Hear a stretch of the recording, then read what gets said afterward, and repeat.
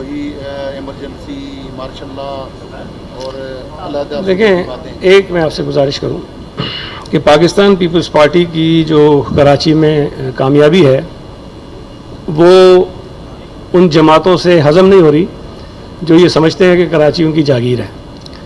اب اس میں M Q M کو بھی آپ شامل کر سکتے ہیں. جماعت اسلامی بھی یہ سمجھتی ہے کہ اگر ایم کیو ایم نہیں ہوگی تو ہم ہوں گے.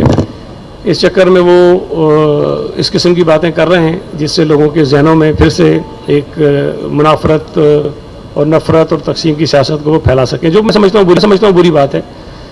انتخابات میں شکست ہوتی ہے، جیت ہوتی ہے، کوئی ایک جیتا ہے کوئی دوسرا ہارتا ہے، لیکن اس بنیاد پر کسی ایک سیاسی جماعت کو تعصب کی بنیاد پر لوگوں کی نظر میں خراب کرنے کی کوشش جو ہے وہ نہیں کی جانی چاہیے. جہاں تک حافظ صاحب کی بات ہے، میں بار بار یہ کہتا ہوں کہ وہ بلدیاتی الیکشن سے پہلے ان کو کسی نے بتا دیا تھا، شاید کوئی ان کے پاس بھی جادوگر ہوگا، کہ کراچی کے اگلے میئر آپ ہو. اب اگر ان کا جادو فیل ہو گیا ہے اور جو 23 گھنٹے تھے وہ نہیں چل رہے ہیں تو بھائی جن کے پاس آپ گئے تھے ان سے سوال کریں. حافظ صاحب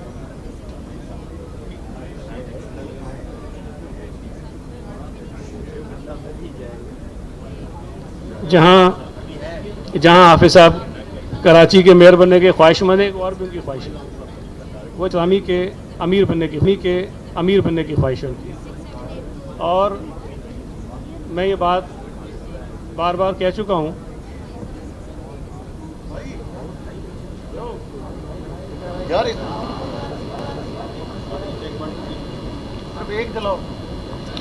اس میں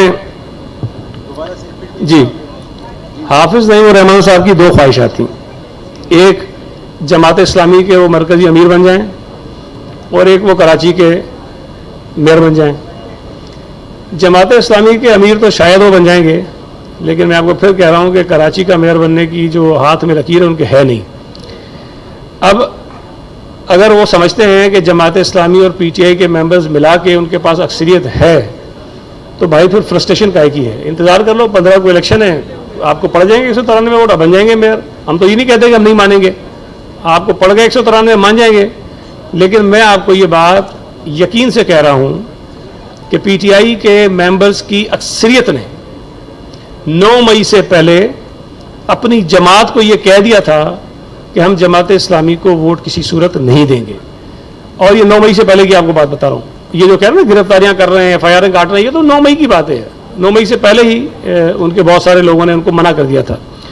تو میرا یہ سمجھنا ہے اور مجھے یقین ہے کہ حافظ نعیم الرحمان صاحب جو 193 کاؤنٹ کیے بیٹھے ہیں، میرے حساب سے میری جو کیلکولیشن ہے، اگر یہ 160 کے قریب بھی پہنچ جائیں تو یہ شاید ان کی کامیابی ہوگی اور اسی پہ وہ خوش ہو جائیں اگر 160 ان کو پڑ جائے. لیکن شاید 160 سے بھی کم ووٹ ان کو پڑیں گے اور پاکستان پیپلز پارٹی اور ان کے اتحادیوں کے جو ووٹس ہیں وہ 173 کے قریب ہیں اور انشاءاللہ تعالیٰ ہم جیت جائیں گے. یہ بتائیے گا کہ